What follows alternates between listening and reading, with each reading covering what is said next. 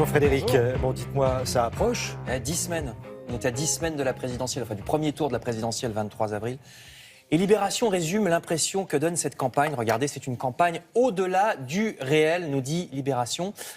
Complètement imprévisible. C'est sans doute la première fois que le jeu se joue entre non pas 2 ou 3, mais 4, voire 5 candidats crédibles. Entre François Fillon, qui est englué dans les affaires, Benoît Hamon, qui au contraire revient de loin, Marine Le Pen, numéro 1 dans les sondages, mais juste derrière elle, Emmanuel Macron, qui pourtant était un inconnu il y a 4-5 ans, Emmanuel Macron. Bref, il n'y a rien d'habituel dans cette élection. Emmanuel Macron, d'ailleurs, il va à fond dans l'inhabituel. Regardez, on lui reproche, vous savez, de ne pas avoir vraiment de programme. Figurez-vous qu'il le revendique. C'est une erreur de penser que le programme est le cœur d'une campagne, dit-il. La politique, c'est aussi un style. Alors évidemment, c'est un peu de la provocation de dire ça, mais si, nous avons un programme, déclare derrière son équipe à Emmanuel Macron. C'est dans le journal La Croix. Nous voulons créer une sécurité sociale professionnelle pour que tout le monde puisse toucher le chômage, y compris les indépendants, disent-ils. Indépendants qui, vous le savez, sont de plus en plus nombreux avec ce qu'on appelle l'ubérisation. L'équipe Macron veut aussi qu'on puisse toucher le chômage, même quand on démissionne, ce qui n'est pas le cas aujourd'hui. Les entreprises seraient incitées à embaucher en CDI avec un système de bonus et malus sur les cotisations. Les soins optiques et dentaires seraient remboursés à 100%, c'est ce qu'ils veulent. Plus surprenant, il y aurait aussi un service civil de 3 mois pour les jeunes. Ça ferait des jeunes des ambassadeurs de la santé, pour promouvoir la santé. C'est encore un peu flou, enfin c'est original.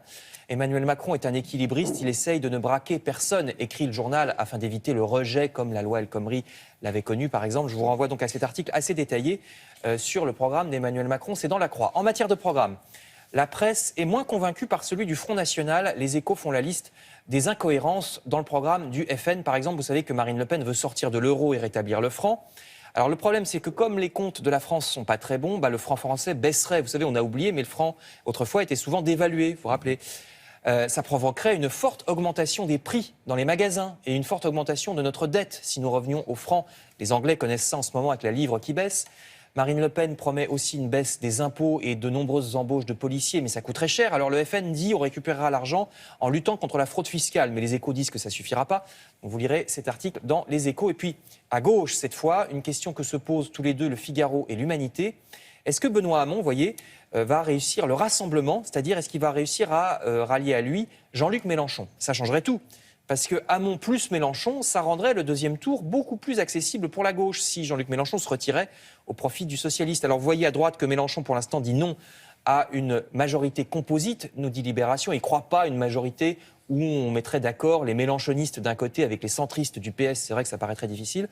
Mais enfin, Jean-Luc Mélenchon finira-t-il par changer d'avis, se demande, regardez le site internet Atlantico. Parce que Jean-Luc Mélenchon n'aura peut-être pas ses 500 signatures. Apparemment, il a du mal. Et donc, ça pourrait tout changer. Ça pourrait le forcer à se rallier. Donc, je vous le disais, cette présidentielle est riche en rebondissements. Il faut s'attendre à tout. Enfin, je termine avec 2 articles du Figaro qui saluent les jeunes.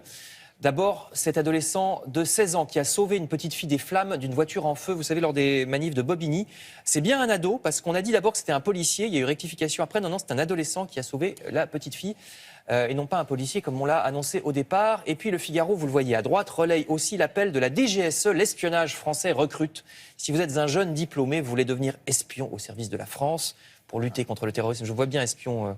Alors il faut s'y connaître en ordinateur, par contre. Ça se trouve, je le suis déjà.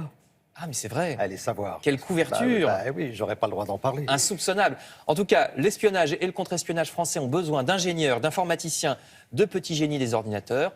Pas moins de 600 seront recrutés ces 2 prochaines années. Peut-être en fait que vous touchez votre bille en informatique, mais qu'on ne le sait pas. Voilà, mystère. Bon, à tout à l'heure Frédéric pour la revue de presse culturelle.